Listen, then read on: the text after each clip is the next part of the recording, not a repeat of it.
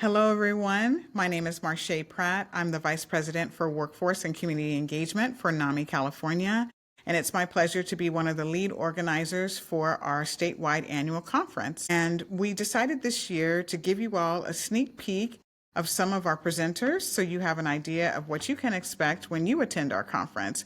And for this particular session, I'll be speaking with Mykel Gayent. And let me tell you a little bit about Mykel. Mykel is a peer support specialist and advocate, as well as a U.S. Army veteran with over 12 years of experience supporting underserved communities and their mental health needs. As founder of South Sac Wellness Alliance and a longtime NAMI educator, he facilitates culturally relevant programs like peer-to-peer, family-to-family, and Homefront for veterans' families. Mykel serves on the Sacramento County Mental Health Board that has recently been changed into a commission, and the Board of Leaders of Men Incorporated, bringing lived experience and leadership to his mission of promoting mental wellness in Black and Brown communities.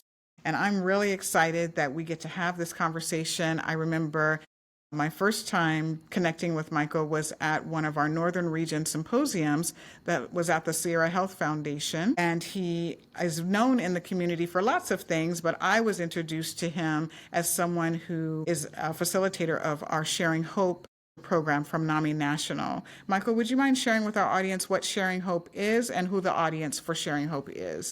Sharing Hope is an initiative which is designed for a more holistic experience for Black and Brown people. Originally, we have 3 community conversations as part of the curriculum. I've already had 2 in the past couple of years, but I'm planning on doing some of that under South Sac Wellness Alliance so that I can move on and have other things going on, like workshops for individuals that are suffering from various symptoms for various reasons. I mean, it could be anything from financial literacy, it can be about stigma, it can be about, learning to advocate for yourself. As I've come across many people, especially veterans that don't know how to advocate for themselves, and then they start talking about having bad service. So that's, for me, that's it in a nutshell. I just want to have a safe place or safe places, because we'll be going all around the city to hopefully attract more of our, again, Black and Brown people. And that, when they say brown people, that's a wide range of ethnicities and communities. So we want to reach everybody. Yes, we want to be inclusive of everyone. And we also know that particularly in Black and Brown communities, we don't do a lot of talking about our mental health in public spaces where we're able to share and be vulnerable with one another. And I know that you personally have overcome many challenges. Some challenges you're still navigating in your life. I wonder if you could share your journey through sobriety and how you discovered the difference between being sober and being in recovery. Well, I can actually say that it started in 2010 when I decided, the things that I was imbibing, it was time. It was time to give it up. But of course, it was an addiction, still is, of course.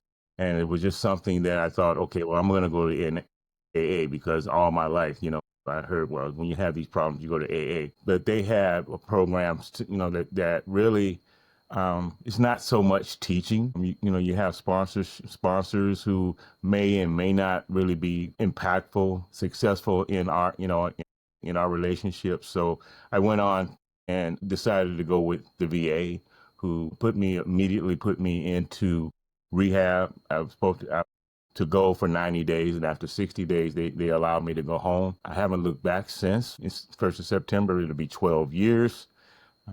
I'm really proud of myself because I've improved relations within the family dynamic. Outside, I've learned to take responsibility for my side of the street. So, if I have problems with someone, I learned that it's not effective to go in and talk about, well, this is what you've done to me or said to me. It's just about looking at inside at what my part may have been and working on that. And usually what happens is people notice, then we can have a conversation about it and turn things around. That's what's happening within my family and outside as well. Well, congratulations. 12 years is a long time to be dedicated to anything, but especially to be dedicated to your own well being.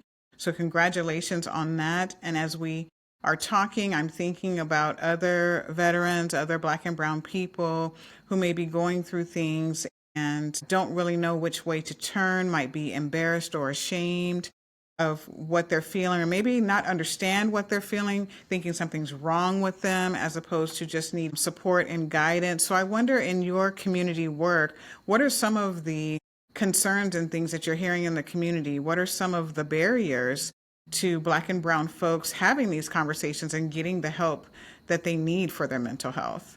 Well, speaking for the Black and Brown community, Black community especially, and myself, I never heard the word stigma until I got my diagnosis. And when I found out what stigma basically meant, and notice I say basically, I started understanding myself and why I never reached out to get the help that was out there. But then again, back when I was a kid, there wasn't much help. Definitely wasn't any help in the family. What my goal is to, with each ethnicity and each community member in the BIPOC in the BIPOC community, is to understand what each of our stigmas are, because there are differences, there are different reasons, and not only to talk about stigma, but to educate about what stigma is and where it started. I've done some research, and for us in the Black community, we basically started in the 1300s, around 1360. And of course, that was with slavery, and of course, they definitely were not allowed to talk about it. All they was to be concerned with is the work that they were forced to do. So that's a generational thing. We also have systemic racism, which comes from, even from our federal government. But with the programs that they've given us a lot of programs that wasn't effective. Now they're taking away other more effective programs. So this creates more stigma. So it's about educating individuals so that they can turn their lives around and go get the help that they need. Speaking of history, one of the things that I enjoy about researching the history of the culture that we share is that we are very resourceful. And even in times that are very difficult, like enslavement and surviving that terrible, terrible trauma and horror that generations before us went through, and a lot of those effects that we still feel present day, I'm reminded of the way in which we have been able to get through it as a community, as a village, working together. So I wondered if you could share a little bit about Safe Black Space and other organizations that are following that tradition of bringing us together as a collective to support one another, as opposed to people trying to just do everything on their own. We're so self-sufficient and so independent. We hear people saying, I got this, when really our community was built to heal and have hope together. So I'm wondering if you could share your involvement in some of those types of organizations locally in Sacramento. Well, right now you bring up Safe Black Space, and I love Safe Black Space. It's definitely a great healing circle. We're not Safe Black Space when we have our healing circles, which is usually the third Saturday of each month. It's not just about we're talking about our diagnoses, the symptoms that we're going through. We learn about things that I'm talking about, the history of our great people. So and I love it that we have people of all ages. When we were in person, because right now most of the time is online, I can remember there would be people bringing in their 12-year-old kids, and they were a part of it. We didn't have them sit in the corner and, play games. They were a part of it, and they had a lot to say. And if you're like me, I can learn from anyone. And I really look forward to learning some things from our youth, because they tend to be less stigmatized, about mental health than a lot of our, especially baby boomers.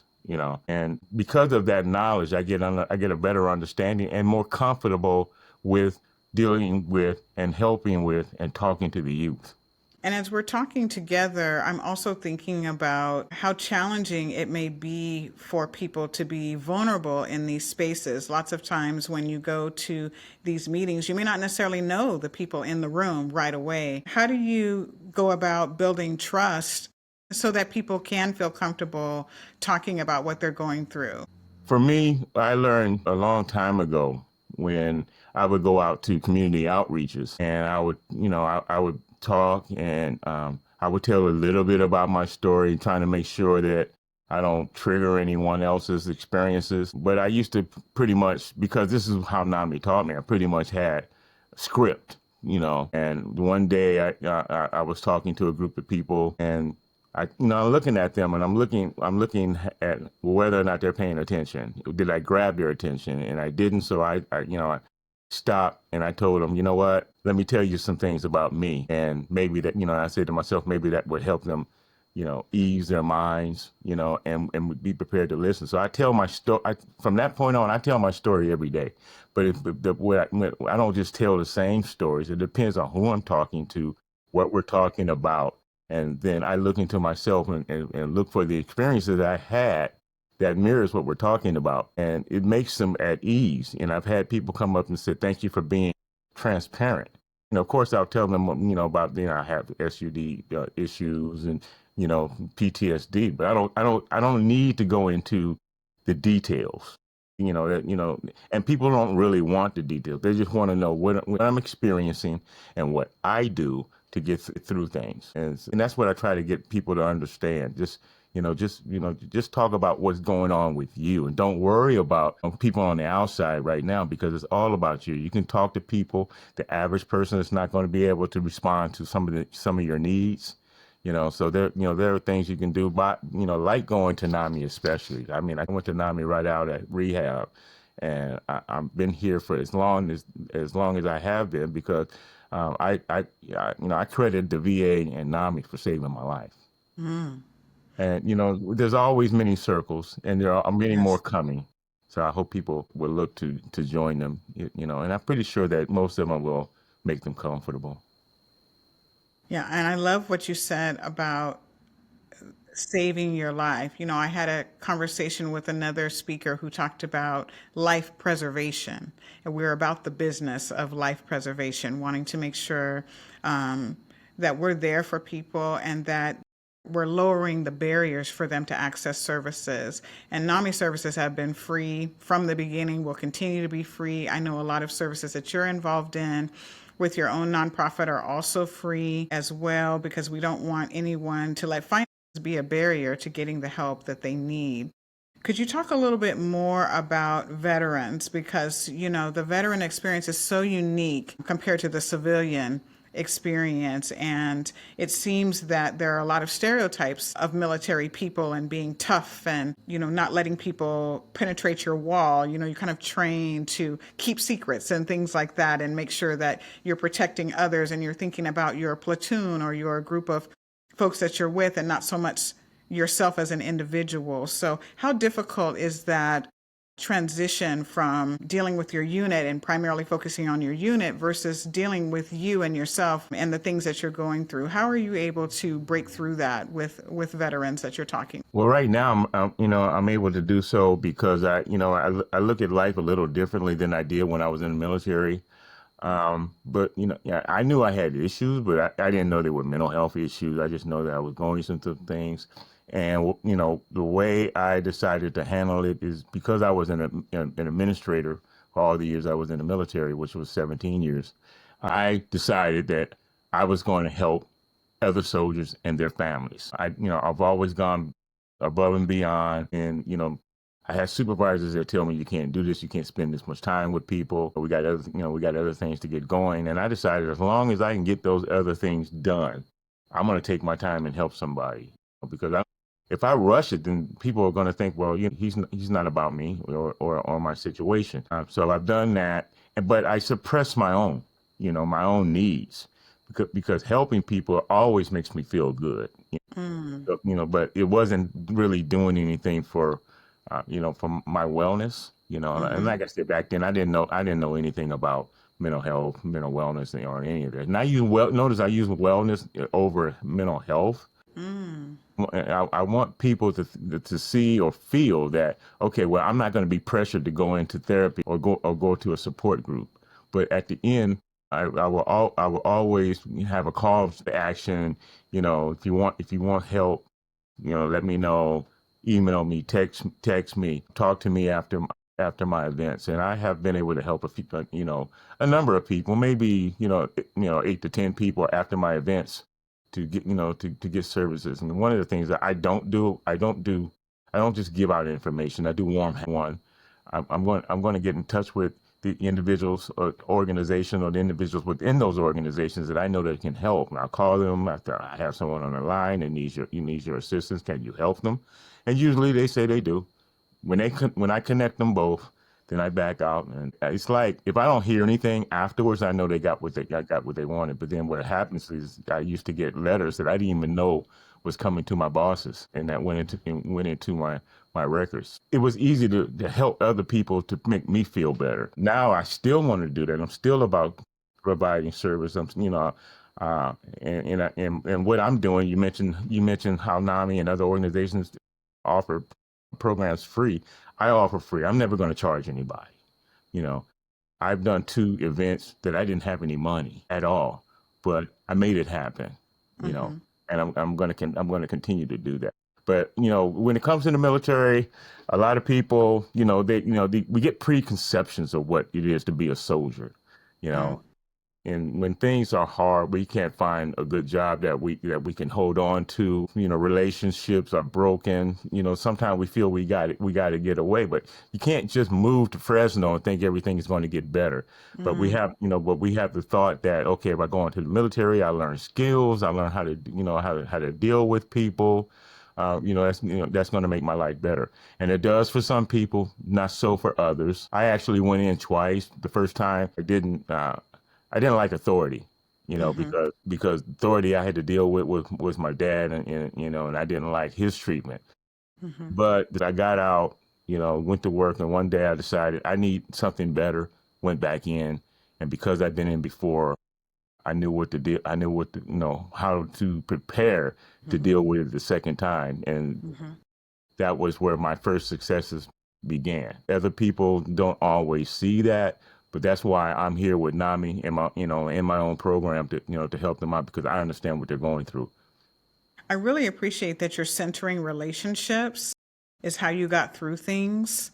Because oftentimes, as I mentioned before, we think that we got this and we can do it ourselves, especially with the stereotypes out there about men and their role in relationships, and they're the breadwinner and they carry the burden and all of this. They make the money or whatever it is. Like everything is on them. It's just so much pressure.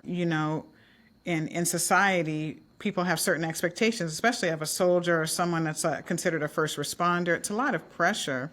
And for you to be able to leverage the relationships you had with the VA, with NAMI, and then turn around and pay it forward with other veterans, that's really what NAMI is about as well, is that it's not just for people that have schizophrenia or other diagnoses. It's for everyone. It's for everyone who's going through anything to come and get support. But it starts with the relationship. It starts with building that trust, being vulnerable, being willing to share your story, when you're able, but also being a good listener. And I wanted to just close our time together with you offering some advice to those that are really just wanting to gain understanding. Maybe they've heard of NAMI. NAMI, of course, has a wonderful reputation in the community, but don't really know what it has to do with them or how it can support their loved ones. I wonder what you would say to people who are kind of on the fence about coming to the conference, but feel like, maybe it has something to do with me. I might know someone in this situation. Is this really for everyday people? What would you say?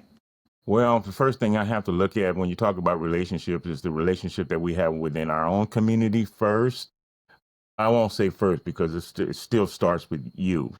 starts with me. In order to help someone, you have to help yourself first, because that's how you learn how to help others. You can't just say read a book or read what's not NAMI's policies and go with that, because that's not going to get it. People need to know that you're authentic, that you're transparent. It helps other people decide that if he can do it, so can I. And it also starts at home with the relationships with home. And when it comes to men being the breadwinner, of course, that creates a lot of pressure. It did with me when I was raising my kids, but I got through it. I got 6 great kids. But the thing about it is like with, the relationship with my wife, we did something that I think is unusual. And that's when we got together.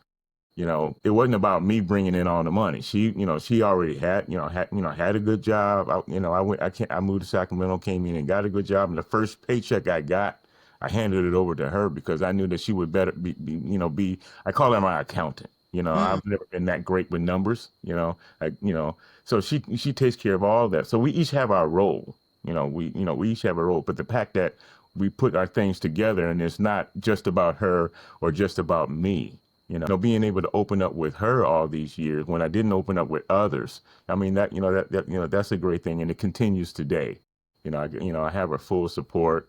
I don't, she's not complaining about every time I go out. I might be doing something that, that goes against, the relationship that we built. Because I don't.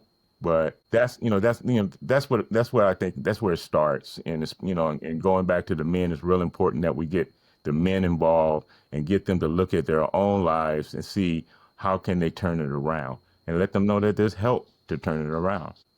Absolutely. And we are excited to make a special effort to encourage men to come to our conference, to be a part of it. We have people coming in and speaking. I know you're going to be joining a couple of other speakers talking about Cut to the Chase and some other programs that are in our communities that are being facilitated by our communities, for us, by us, but also in alliance with NAMI and so many other groups that are here to support the community. So any final words that you'd like to share with our audience about what they have to look forward to at the conference, why you continue to have passion for NAMI and its mission? Well, the one thing that I'm most passionate about is the direction that you're taking, to include and educate about the black community and experience. And the beauty of that is I can take that and take it to other communities. It won't be about, as far as I'm concerned, it won't be about just the black community. Although that's a great passion of mine. But I don't want to leave anybody out. I was in a board meeting last night, and we have one trans member. He was concerned about there being more on the board, and I took him aside and I told him, I said, well, I'm always going to be about the trans community. I'm about the LGBTQ community. And I'm not a part of either one of those, but they need. They need our help. They need our compassion. They need our assistance. So, that's what I see is going to happen with the conference, because I know we have other great speakers. And I think that because of you, I think we're all going to be on one accord. And I applaud you for everything that you're doing. Well, I appreciate the affirmation. It's a lot of hard work, but I truly enjoy it. It's also a passion of mine to see every community thrive, every community be uplifted together. And we invite all of you, our listeners, to be a part of this movement. It's not just an event, it's a movement.